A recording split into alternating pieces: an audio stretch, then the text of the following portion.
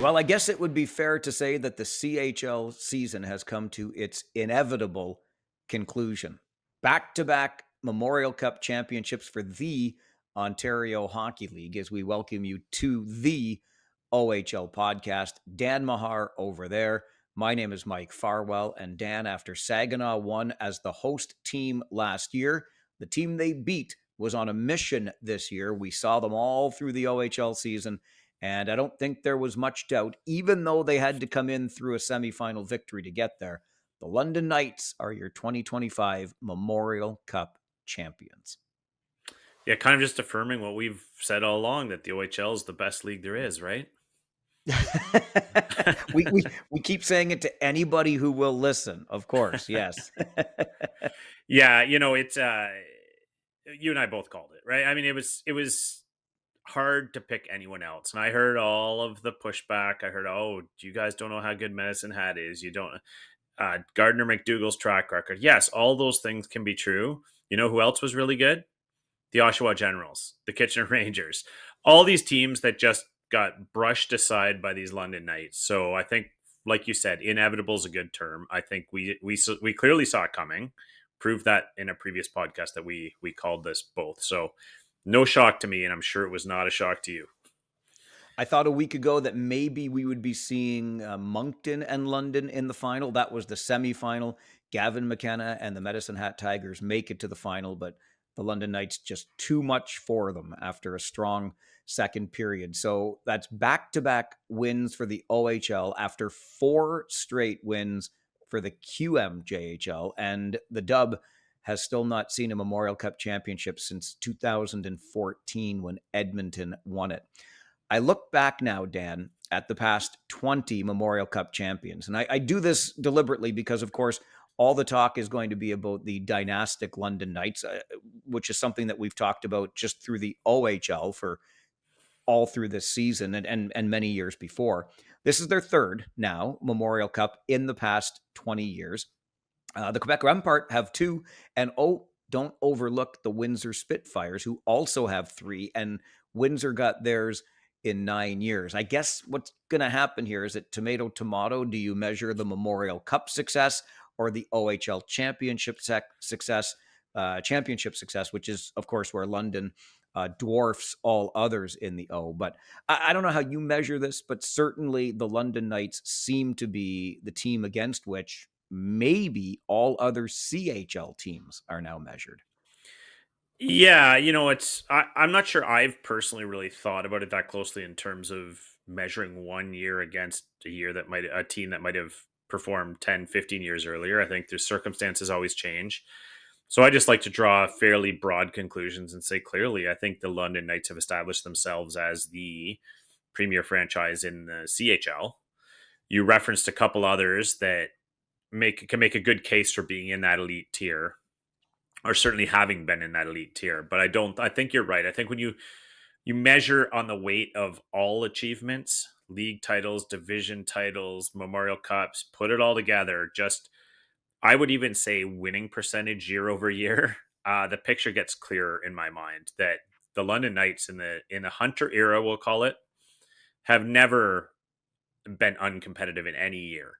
You take any of those other teams and they've had their rebuild years, they've had their rebuild phases like most junior teams do.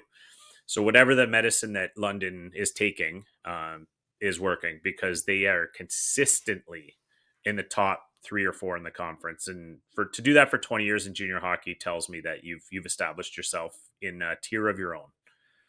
I feel a little bad for Rimouski, which by all accounts, not the team necessarily, but really the host city, because by all accounts, they ran a very good tournament, but they could not have had a worse final, quite frankly, with no Q team represented. You've got the Dub and you've got the O in that final, but what are you going to do? That's the way the Memorial Cup works out. How did you feel? Reflections on the tournament overall, Dan? Yeah, it's tough when you have a host town do such a good job and really didn't get the results that the home team wanted. Uh, in my mind, though, I mean, that's okay because I think people always have a little bit of I don't know, there's a little bit of an asterisk when a host team wins it because they feel, well, you didn't really earn your way in. and there might have been other factors that got you there. So, but in terms of how the tournament went, by all accounts, Rimouski did a terrific job. A lot of nods to their past, their kind of historic past. We've seen some great players come through Rimouski, and they certainly didn't embarrass themselves on the ice. I mean, those games were all close. They could have gone either way, but I think so. I think to answer your question, Rimouski did a good job. The tournament came off well.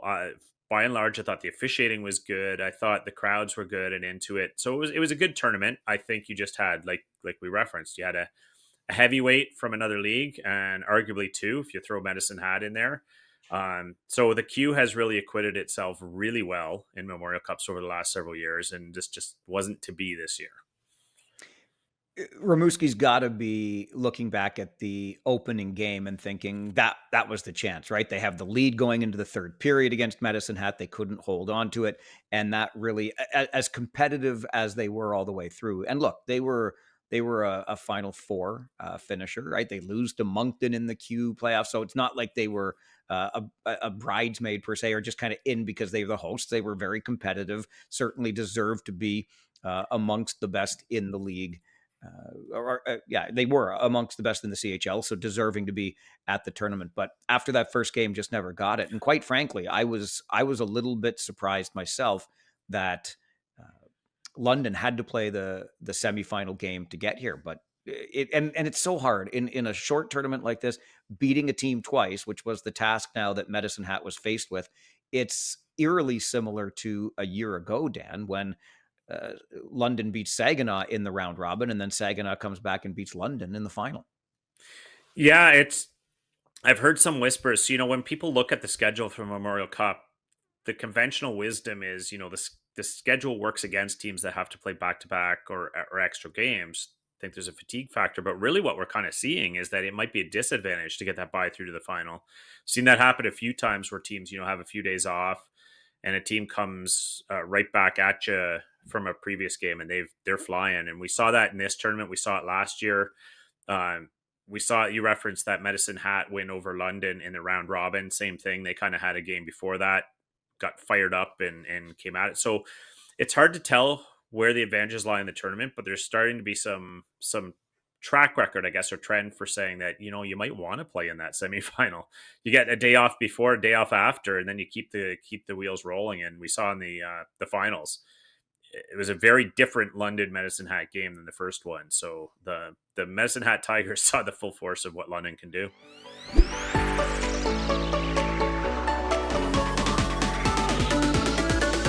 On that note, Dan, are you open in any way? And I know this is the sort of conversation that comes up every year, and I'm not going to go to, although I'm happy to hear your thoughts on it, but the old argument about whether or not there needs to be a host team at this tournament, I believe there does. But our buddy Charlie, who's a regular listener out of Kingston and often sends emails to ohlpodcast@rogers.com, like so many of our junior hockey fans do. We love hearing from you and sharing ideas. But Charlie's been on the train for a while, Dan, that says maybe we should have a double knockout here before you can declare a champion. Much like London might have felt like they got jobbed a little bit last year because they had already beat Saginaw. Then they lose to Saginaw in the critical game, so to speak. And it's not the London Knights who are the champions, but the Saginaw Spirit are. And Medicine Hat could have that same argument this year. They beat London in the round robin. London beats them in one game. Maybe Medicine Hat wasn't at its best in the final. Oh, well, and all of a sudden you both leave the tournament with only one loss against you. Any tweaks that you'd see from host team to even shortening the tournament to a double knockout sort of situation? Well, I think credible arguments can be made for all of the above for a lot of the reasons you just said. But I kind of go back against that thinking on the double knockout, only from the sense that this is tournament hockey, right? This is every tournament in hockey, Olympics on down, World Championships, World Juniors, every tournament these kids played in going back to the time they started playing hockey. You feel sometimes like you got jobbed because a team you beat in the round robin, or maybe even beat twice early in the tournament, comes back and beats you in one game. You think, oh, it's unfair. Someone was sick this day, or the goalie had a bad day. It's unfair. But that's just tournament hockey. That's how it works. So to answer your question of tweaks, I think I'm with you. The host team needs to be there, obviously, for attendance planning reasons. balancing out the schedule to having 4 teams. The only tweak I would like to make, and it's a very minor one, is I do have an issue with the host team having what's seen as the favorable schedule. They kind of get that, the day one, day off. They get off days before most of their games. What I'd love to see is you have the schedule set and say, here's one schedule where you would play Friday, Sunday, Tuesday, another one where it's Saturday, Sunday, Monday, or whatever the case may be, and let the league champion who had the most points can pick their schedule and then go down from there, so that presumably the host would get the leftovers. Because that's the only tweak I have a bit of an issue with, is that the host gets in. Yeah, not everyone's happy with that, but maybe they shouldn't get the most favorable schedule, which traditionally they do, right? They play on opening night, get days off. They have, if there's a soft schedule in the Memorial Cup, they kind of get it. So that I don't love, but everything else, I think it is what it is.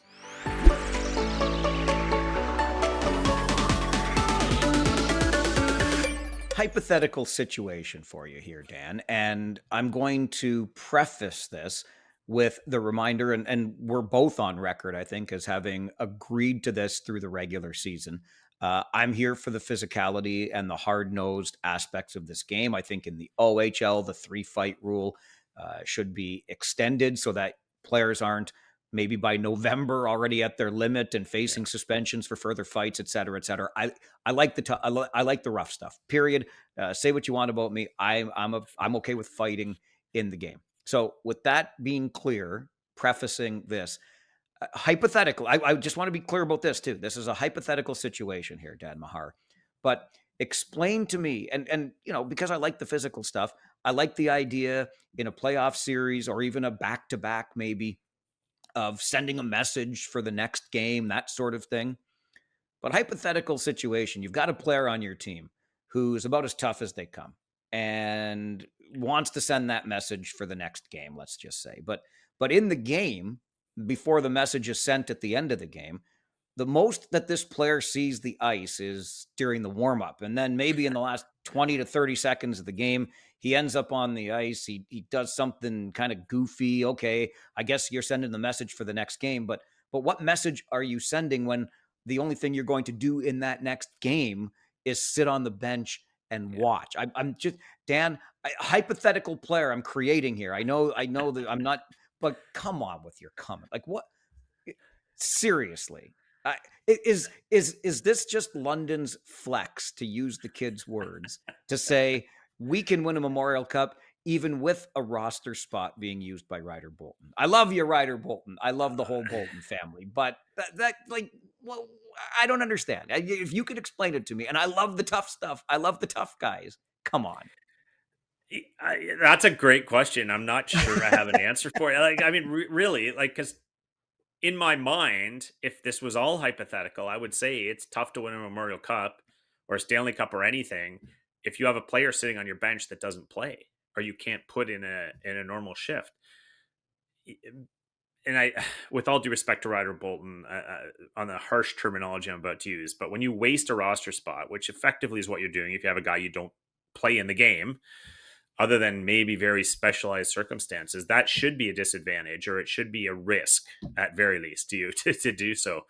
So I'm not sure, because maybe I'm wrong. Maybe we're wrong, because you look at it, the London Knights are rolling, win the Memorial Cup, no problems. They cruised all year with that philosophy. And it wasn't just Ryder Bolton. There were a couple kids on that team that didn't see a lot of ice a lot of times. They came in certain situations to send messages or whatever or however you want to put it. So maybe it's still effective, and that harkens back to 1980s and early 90s hockey that Dale Hunter played in and Mark Hunter played in, and maybe they see that recipe as still effective and say, it's what we grew up with, it worked for us, and maybe it still works, and clearly they could argue it did. So it defies logic in my mind, but they got away with it, if nothing else. Regular season, obviously different. And we saw the London Knights up close and personal all regular season long. And Ryder Bolton and his line mates would have gotten more frequent shifts. Not frequent by any stretch. And in certain situations when games are too close, obviously you're not seeing a lot of them. But in this particular case, it really made me raise that eyebrow, because I'm just like, you get on the ice for your first shift at the end of the game to muck it up. But what kind of message how much can you possibly intimidate the player on the other team when that player knows you're not going to see the ice in the next game. I don't know. Like you said, I ask a hypothetical question that is also rhetorical. There's no real answer to it. I just thought it was an interesting talking point. And the other point I will add to the talking point is all of this guff that why is the only story about Ryder Bolton? The Medicine Hat got fined too for pregame violations. Yes, but it was only Ryder Bolton that got suspended, and that's why he becomes the story after that round robin game between Medicine Hat and London. I don't know. I'm just an impartial observer sitting here in Kitchener. Well, yeah, and just on that note, like if you're making that decision and to dress the lineup like that, you are basically putting a lot of faith in your top nine and saying you guys are going to roll, and they do. And yeah, maybe there's a risk if there's an injury or a penalty or some other situation where you have to get deeper in your bench. But really, they're saying at this stage in the season, we have faith in these guys. Any one of these forwards can play 25, 27 minutes if need be. Fourth line doesn't really matter. And then on the flip side, if you're one of those fourth liners, you're Ryder Bolton or whomever, it's kind of unfair to throw them out for their first shift, mid second period or whatever, when they haven't played all game and expect them to make any kind of plays. So really what you're telling them to do is they got to just go out and run people, go out and try and put the body on. Don't worry about the puck, apply the body, dash across the ice, try and take a chunk out of someone, try and, I'm not saying trying to injure someone, but really try and put a hurt on someone.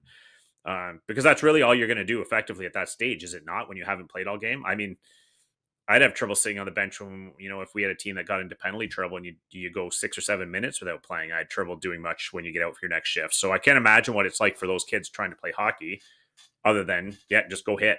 Forget there's a puck on the ice, just go hit. I thought it was a very effective line, to be honest with you, during the regular season in the Ontario Hockey League, because again, they would see the ice more frequently, and that's what their job would be. I didn't call them a fourth line; I called them a wrecking crew, and I used Yeah. that term complimentary because I thought it was very effective. Because if nothing else, it wears the other team right down. But to your point, Dan, on the top nine, you identified this as we were coming into the Memorial Cup tournament and how much the national television coverage and the TV timeouts that come with it would be a benefit to the London Knights and those skilled forwards, because you can just keep rolling those top nine guys out there.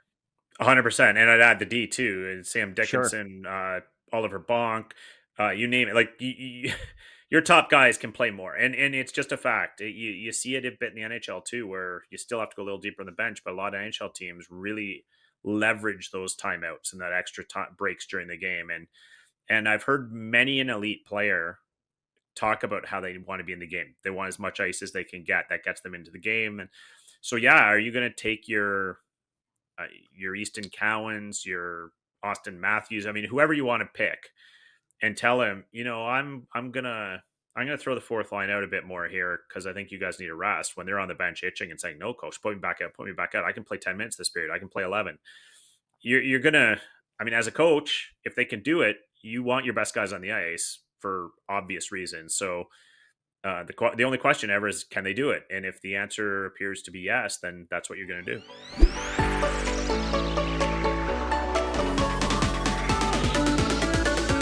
One more quick note before we move on to other issues around the league. And believe you me, and I know you know as well as Dan and I do, there's some issues with this whole NCAA new rule, and we'll get to that. But to finish off, because we are the OHL podcast and we're talking about the Memorial Cup champion London Knights, and there were probably 19 OHL markets cheering against London in the Memorial Cup final, just because every story needs the good villain. This is well-worn stuff that we've talked about all season. But Dan, how much different? I mean, we're talking about a London Knights team with 13 NHL draft picks. A lot of graduations for this Knights team. But I remember a couple of weeks ago when we were looking at teams that intrigued us heading into this offseason and looking ahead to next year. And for you, the London Knights were the intriguing team. How much reassurance can you give to those other 19 fan bases that are probably disappointed in the result of this Memorial Cup to say, don't worry, London's going to take a step back next year? Sadly, I can't give a whole lot of reassurance, Farwell, because like I said, they find a way to be good, and the experience that the younger players who will be back gain from this, like you look at a Sam O'Reilly, you look at players like that who will step into the top line roles next year, and they're just going to be elite next year because that's what London does, and everyone that got this experience is going to be that much better for it. And then there's other little question marks too that I have some suspicion might help London. That being things like Sam Dickinson, does he make the jump to San Jose's lineup next year at 19? I think 19-year-old defensemen struggle to play key minutes in the NHL, and it's probably in their best interest to have him play another year junior. So that's a guy that could be back. And if you got Sam Dickinson back logging 28 to 30 minutes a game, are they really that much worse off? So sadly, Mike, I can't give a whole lot of reassurance. I think London's going to be perfectly fine next year. But I will add, if anyone's looking for a little bit of optimism, I will say that as some of these players make decisions and their affiliated clubs make decisions on them, the fact that they won a Memorial Cup might have some say, well, is there much left to do in junior for them then? And maybe it's time to get experience elsewhere. So maybe that's a shred of optimism for the rest of the league. If I can just throw cold water on that shred of optimism, then I'll go back to something that you said earlier about the London Knights kind of establishing themselves as the premier franchise in the CHL.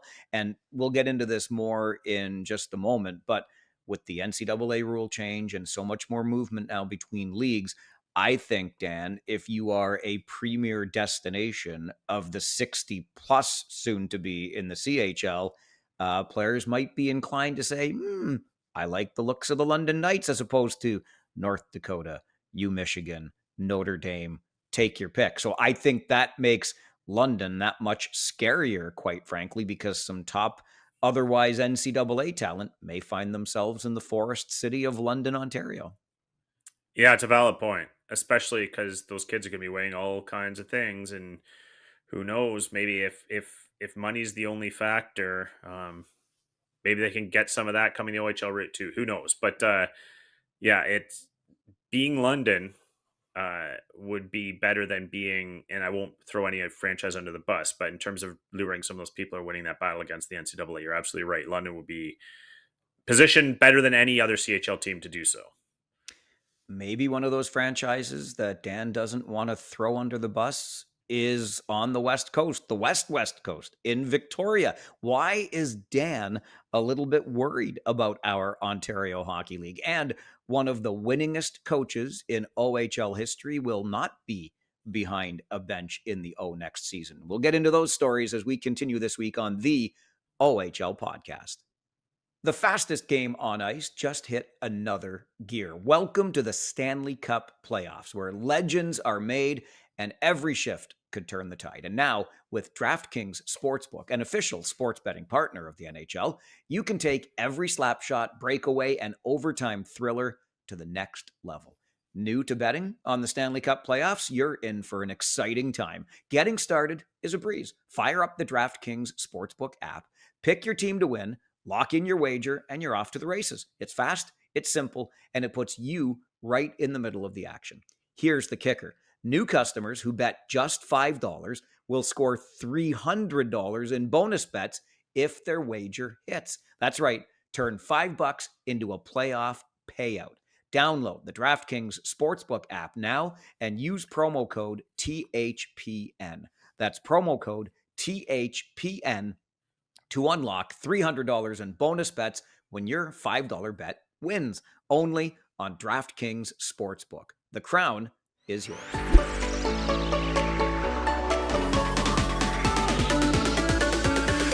Well, Dan, we've got a couple of NHL-rated prospects, top prospects at that, departing the Victoria Royals in the WHL and heading to the NCAA. We've got Jack Ivan Kovic of the Brampton. Could the off season, which is only really just beginning, get any worse for Brampton right now?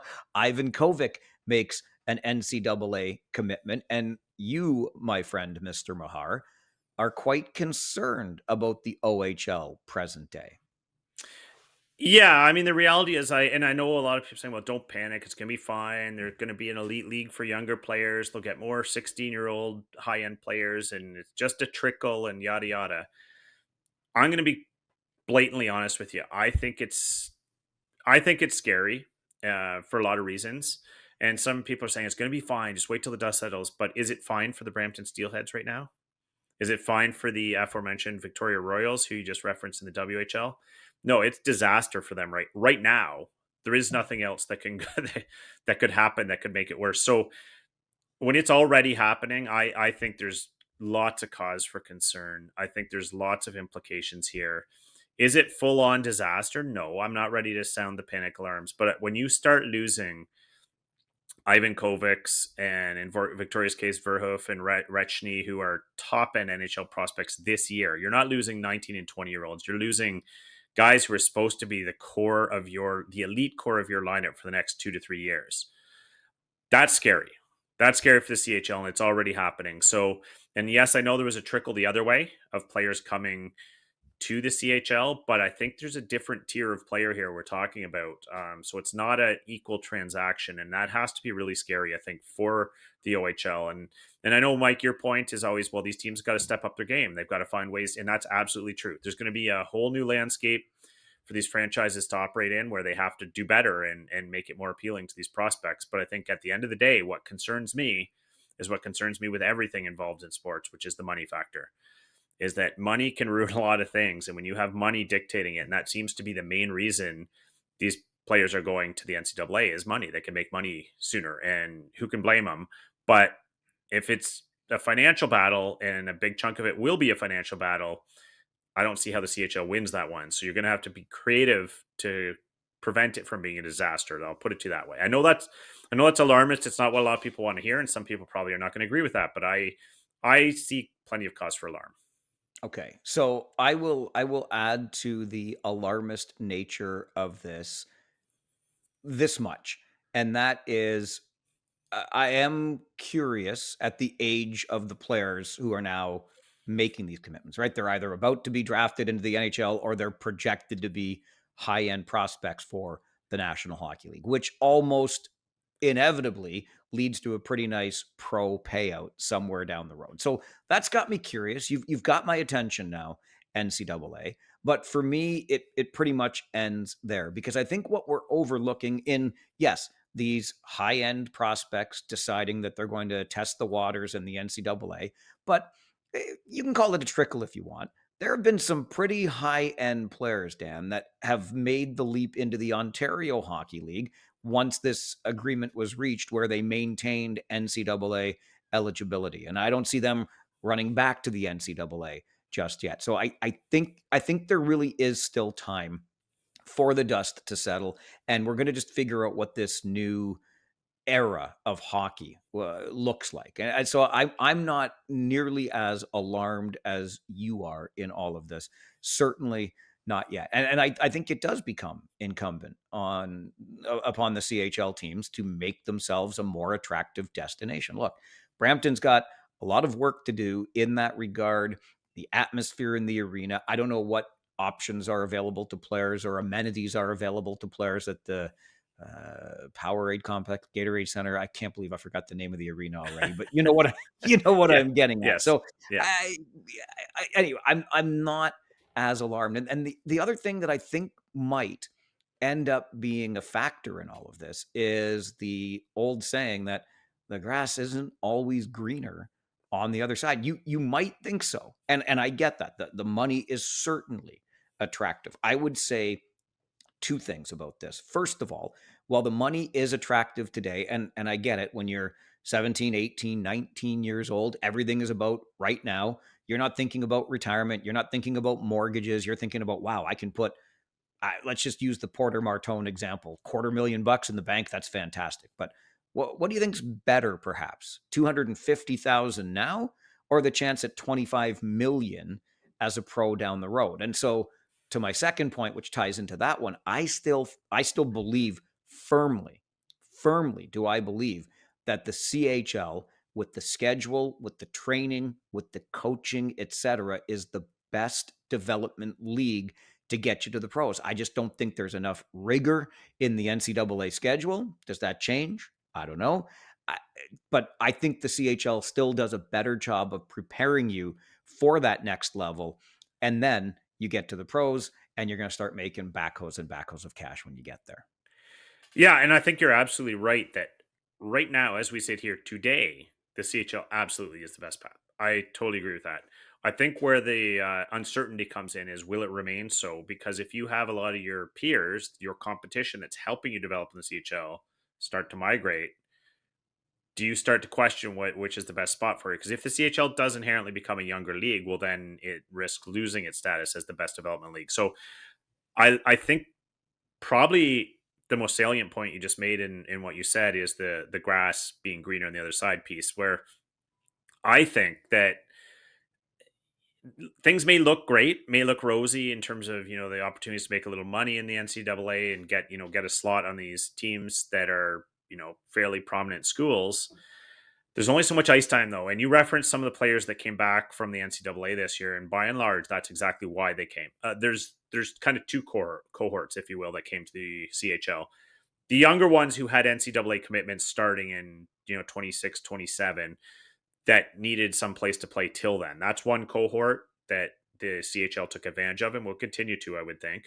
The other cohort are players that were in the NCAA, hadn't really found a role, hadn't really established themselves, or weren't looking like they were going to for next year. So thought, junior hockey is probably better for me for a year or two. So there's those two cohorts, and I think the ones that are departing now might see a little bit of that, right? Where you get to the NCAA and it's, well, I thought I was going to be a top line player here, but at 18 years old, I'm barely playing, even though I had pedigree. So to me, that's the biggest thing that the CHL has going for it in this uncertainty right now is that if you take an 18-year-old Ivan Kovic or an 18-year-old Cole Retchney or Porter Martone or you name it, are they going to play? Are they going to see as much ice time in the NCAA as they would in the CHL? And I think unquestionably, it's probably no.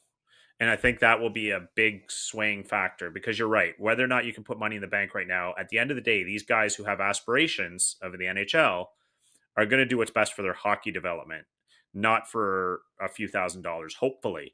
And I think that's going to be the thing that hopefully balances this out a little over time. Couple of things here too, and because the names are so big, like these are big name players now with NHL pedigree or certainly high end NHL prospects, whose names are in the news because of this now. I do think, Dan, to some degree, we're overlooking the flow that came the other way over this past season. Christian Epperson is one example. You and I got to watch up close and personal players like Jack Pridham and Christian Humphreys, who came to the Ontario Hockey League. And I think we're kind of forgetting that with the noise now that things are starting to shift the other way. And I think one of the other things that the Ontario Hockey League could do and very well might do is increase the number of 16-year-old cards you could sign players to and get them into the league. Now, I know that doesn't help. That just kind of fits into your, I think, thought process here saying, well, we're going to get a much younger, almost like a 16 to 18-year-old super league in the OHL. And I don't know how you make the economics of that work, but I think there are some things, and the OHL Board of Governors this summer when they sit down to meet is going to be all over this. Oh, 100%. And I hope there's a plan because yeah, absolutely. That's how I see that point about the extra 16-year-old cards. I think absolutely the OHL has to consider that or the CHL has to consider that for obvious reasons. Having said that, the reality is, with all due respect to the wonderful 16-year-olds we saw in the league this year, as a younger league is a lower quality league. It's just the reality. Those kids may blossom into stars. I mean, every kid in this league started as a 16-year-old. So what they contribute at 18 and 19 was not the same as what they contribute at 16 and 17. And when you're looking at the best competition you can have, if every team has a few more 16-year-olds or 17-year-olds, as a veteran, you're going to start to say, well, is this the best spot for me then? I'm kind of beyond that now. I want to go up against tougher competition, older competition. So I'm not sure that that is an argument in favor of combating this, even though it's probably going to be a piece of the strategy. But I'm absolutely with you that the OHL Board of Governors has to be all over this and figuring out a strategy for all of the markets, not just the top ones, of how to combat this. What can we throw at these kids and at these agents to say, this is still a great spot for you to be? And I don't know, like we talk about the NIL money in the NCAA. It's almost all from certain uh, opportunities, we'll call them PR promotions through social media, running hockey camps, those kind of things. Maybe they have to increase that thinking in the CHL, where, if some of these kids participate in hockey camps, they can make money for that. Or maybe if they do some promo work for the teams, they can make money for that. I know it opens a bit of a can of worms, but it might be something to consider. And like you said, whatever it is, I just hope the Board of Governors is really all over this issue, because I don't think they can sit back and just hope the two-way flow evens out for them, because I think that's going to get them in trouble. I still feel as though this is a little bit of the wild, wild west, Dan. Like the dust is not even close to settling. And who knows if one of these players makes the leap and by Christmas time they're thinking, oh my gosh, did I ever make a big mistake? Can I go back the other way? So I'm going to come back to this word I've used many times. And I know it gets a little bit sticky because obviously you want the player to have options, and you don't want to be in uh, a situation where somebody's has indebted servitude to you, right? But I think guardrails is the word I'm waiting to use here, and I still think those are going to be coming, because without them, then it's always the wild, wild west, and I don't think that helps either the NCAA or the CHL at the end of the day. No, you're absolutely right. And I thought of that too. The Wild West is a great term for it, because the part I dislike the most is the uncertainty. When you're following a team, whether it's NCAA or CHL, one thing you want is a little bit of certainty. This player came in as a great 16-year-old. He's going to be here for 3 or 4 years. Um, Not knowing whether a player's going to be there next week because of all this two-way traffic, or in a few months, or, if he has a down spell, is he going to jump ship? That hurts everyone, because the certainty around the team, the roster, who you're following, uh, is lost, and that we all know that detracts from the fan experience. And at the end of the day, the fans are the ones that these teams all should be paying attention to. So yeah, I agree. And Mike, that does go two way. The arguments go two way. I talked about if the OHL skews younger, that takes away from its selling point.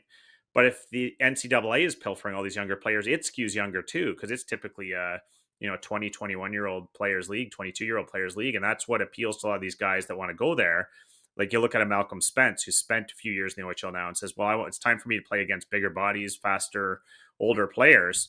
Well, if the NCAA skews a little younger, then maybe that is a knock against them as well. So all of this to say, there's just so many factors to consider, way too much to cover in the time we have. But I think your description of the Wild West and waiting for the dust to settle is very valid, because we don't know how it's going to settle. I just hope whenever it settles, there's some certainty for all the markets. And I don't want the end game to be one league or one market being crushed by this. And it feels like right now that might be the goal of some of it.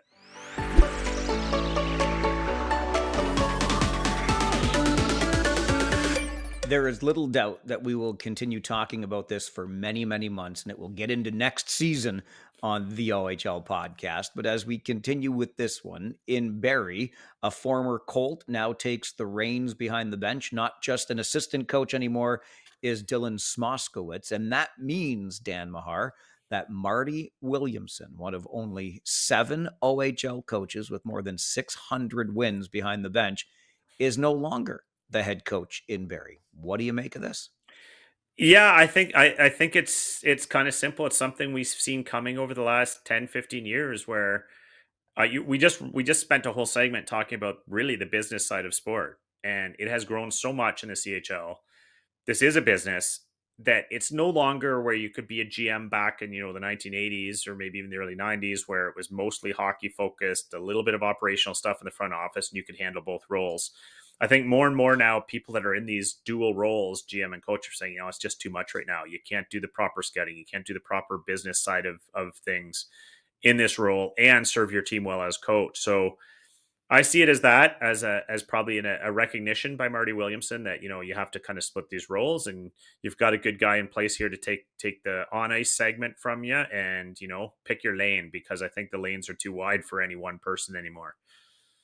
I really think that's the underlying theme of this move for sure. The Colts don't lose the experience that Marty Williamson brings, obviously, after decades in the league and a couple of stints with Barrie. He brings a wealth of knowledge and expertise that he can continue to mentor people within the organization for. So I think that's terrific that the Colts maintain that. But I think you're absolutely right. If I'm not mistaken now, it's just James Richmond in Brampton, who we already talked about earlier. Boy, oh boy, how's your offseason looking, JR? That good, huh? But he's the only one left with the dual portfolio, when this used to be that much more common. There's no question, I think, that it really is too much for any one person to handle. And I'm not trying to be dismissive or disrespectful of James Richmond. I just think it's a gargantuan ask of one person to handle both of these portfolios, the way the game has grown today and the way the business, again, to use that word, operates today. So that's what this is all about as far as I'm concerned. I don't think it's a bad thing for Barrie, again, because they keep Williamson and all that he brings. And then you've been sort of bringing Smoskowitz along, the former Colt, who was an assistant after he finished playing with his Barrie Colt team where he was an alum, move him into the head coach's role, which is something he wants to pursue in the future. Let's just see how it goes. One of the interesting things that I read in the wake of this was Marty Williamson saying he probably won't miss the bus rides anymore. And I know we joke about that quite a bit. And I'm just going to be honest about this. First of all, any of our friends in the other two leagues just roll their eyes when we talk about travel in the Ontario Hockey League. And look, Barrie doesn't have it much worse than any other team as a centrally located team in the O. But really, the travel in the O pales in comparison to the other two leagues. And the thing I want to be honest about here is, believe it or not, the older I get, the less I mind it. You get Wi-Fi on the bus, you get work done, you got some quiet time, you put on your noise canceling headphones, and I'm like totally zoned out. Maybe because my day job sucks. I don't know, but I like to get the little break from it. And I'd rather sit on a bus than host a talk show. What do you think of that? Yeah, you know what? It's not for everyone, so, but a lot of people don't mind it, and it gives you that downtime. But I would assume that with the size of the role now as a GM and director of hockey operations, these types of roles with these teams, you need so many hours on the road for scouting, for meeting with your staff, for dealing with all your corporate sponsors, et cetera, that those hours on the bus probably just feel lost to you after time. And, or maybe it's just you don't care that much, but once you've divided the roles, you say, wow, I've actually opened up a bunch of my schedule here. I don't have to be on the bus at noon tomorrow. I don't have to. So yeah, just affords you more time, which I think we all know in our lives, time is probably the biggest commodity you can get. So I get it. And I actually miss my talk show when I'm not able to host it. I really enjoy the interaction with the audience, but I do. For whatever reason, the older I get, the less I mind the travel. I used to dislike it a whole lot more. I don't know what happened. I'm getting soft in my old age. I'm not complaining enough these days. You mentioned director of hockey operations. How about director of scouting? That's what he was, but according to probably the best OHL insider, he's about to be named the general manager in Niagara. And the Ontario Hockey League nixes the idea of the OA goalie spot. We'll talk about that as we continue this week's episode of the OHL podcast.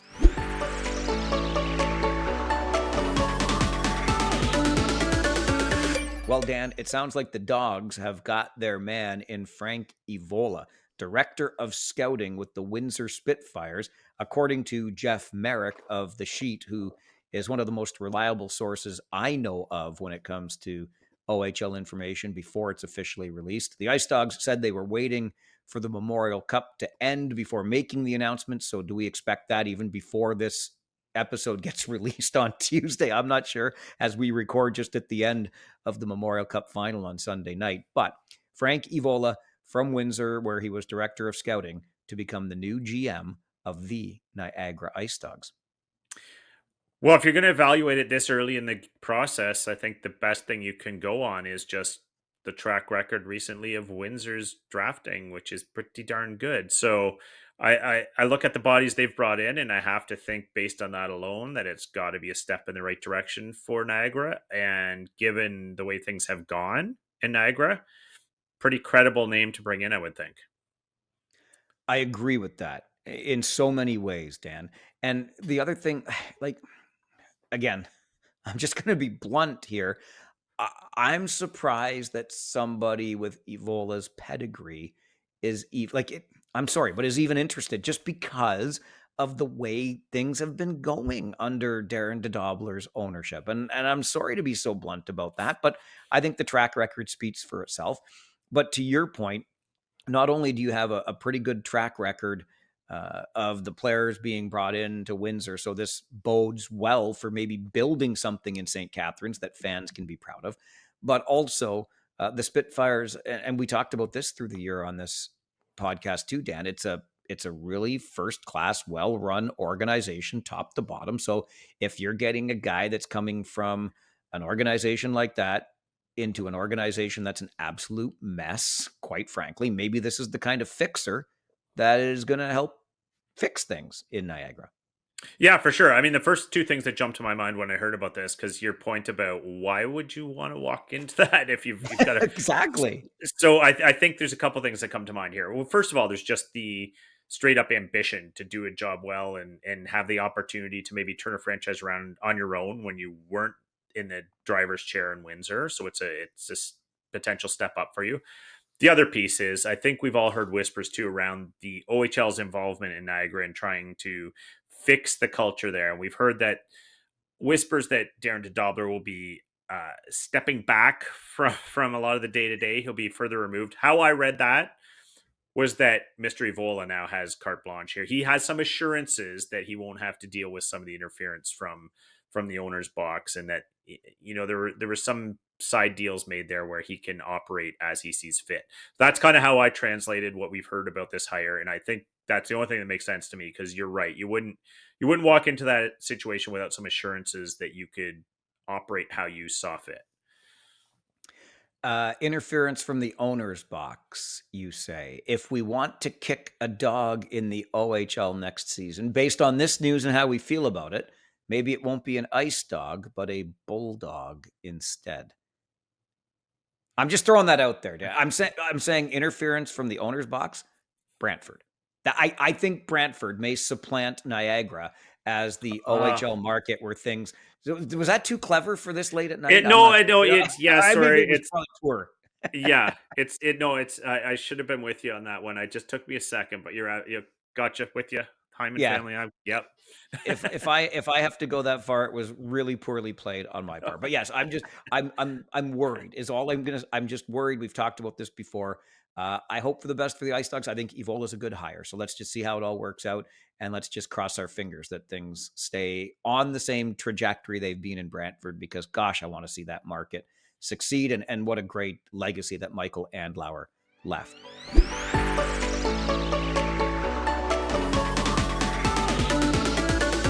One more thing for us to touch on this week before we call it a week and get into looking ahead to the NHL draft and the OHL's place in it.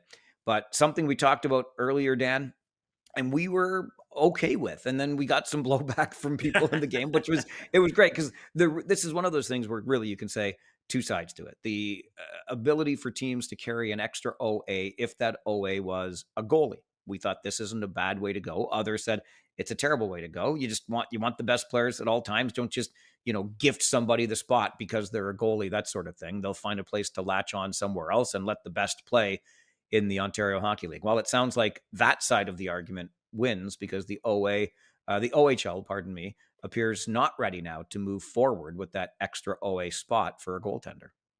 Yeah, they shot that down, and we don't know all the reasoning yet. It's We never necessarily get all the discourse that happened behind these decisions. But going back to where we were, I'm still okay with I was still okay with it. And part of the reason why I was still okay with that is I think the goaltending position develops a little later. We rarely see 16 and 17-year-olds come in and ready to grab a number one spot. We often see older goaltenders. And to me, especially in light of the earlier conversation we had about the NCAA pilfering some talent and ways to make your league better, I think having older, more developed goalies makes your league better. It makes the competition better. It makes the shooters develop more because they have a harder time beating these guys. So I think just for very basic reasons around that, I didn't have an issue with it. I thought it was one way to strengthen the league maybe a little bit. I know there's some counter arguments about it, but I was still okay with it. But I guess it's moot now because the OHL did not. Yeah, and I feel similarly. I mean, especially the way goaltenders develop and how much longer it seems to take them. You might get denied performances like a Jackson Parsons performance from this year. Obviously, yeah, and the Rangers had to make some tough decisions. I know I'm bringing it close to home, but they had to make the decisions because they only had the 3 OA spots. If you could have kept another one of those forwards and that OA goaltender, you know, who knows? But so I still lean your way, although I do like the idea of the very best being put on the ice each and every night for the fans that pay good money to watch these games. And really, the message then becomes, if you want to be in the league, be good enough to be in the league. It's kind of simple. And if I may, just because we're talking about goaltenders, look, you and I, Dan, and I'm going on a complete, well, not a complete tangent, half a tangent here, because I'm going to stick with goaltenders. But you and I know Pete DeBoer pretty well in terms of how he has always had relationships with goaltenders. And he's always been tough on them, hasn't had the best relationship with goaltenders. We know Pete from his time in Kitchener, obviously. All the back and forth from the Stars playoff exit and Ottinger being pulled after allowing 2 goals on 2 shots, and DeBoer afterwards and Ottinger afterwards. And I'm listening to all of this and I'm thinking to myself, yeah, like, of course it sucks, but isn't it like, why is there so much focus on what Pete DeBoer did? Did Jake Ottinger give him any choice but to yank him in that game? If you don't want to get yanked, play better. I find it really interesting. I don't know. I'm with you on that one because he took a lot of heat, and he was gonna, because that's a bold move. And when you pull a guy of Jake Ottinger's pedigree in a game like that, that's a bold move. And if it doesn't work out, you're gonna get hammered, which he did. But at the end of the day, go back and think of it. Is anything he said wrong? Ottinger had a lot of trouble beating that team. He continually gave up goals early. He did in that game. Peter DeBoer was not wrong there. He was saying, this is not a guy who I have confidence is going to get us over the hump here. So I'm going to try and make this move before it's too late. And, 2 goals in, he pulled the trigger, and he probably had it in his head that, if the start isn't good here, I'm going to have to do something bold here and take the heat for it. And I respect that. I know it's his call, and it didn't pay off this time. But I mean, what would have happened if he left Ottinger in? There was 3 or 4 more goals, and they got buried. And they've said, how many times does Ottinger have to fail you, Pete, before you pull him? He's going to get criticism either way. But I'm with you. I didn't disagree. I didn't think anything he said about the track record was wrong, and he was going to get criticized either way. But I had no issue with it. Bottom line is always bring your best. Dan and I try to do that on this show, but hey, when we let you down, we want to know about it. Send us an email anytime, ohlpodcast@rogers.com, or do what everybody does. It's our favorite pastime on social media. Chirp us on X. That's great. Dan is at his name, at Dan Mahar. I'm at Farwell_OHL. We're into June now, Dan. We're looking ahead to the end of the month and the NHL draft. And as the weeks go on, we've got plans for a collaboration with some fellow podcasters that I know I'm looking very forward to. And we'll keep our eyes on these OHLers as we head to that NHL draft, because boy, oh boy, we've got a bumper crop coming out of the O this year for sure.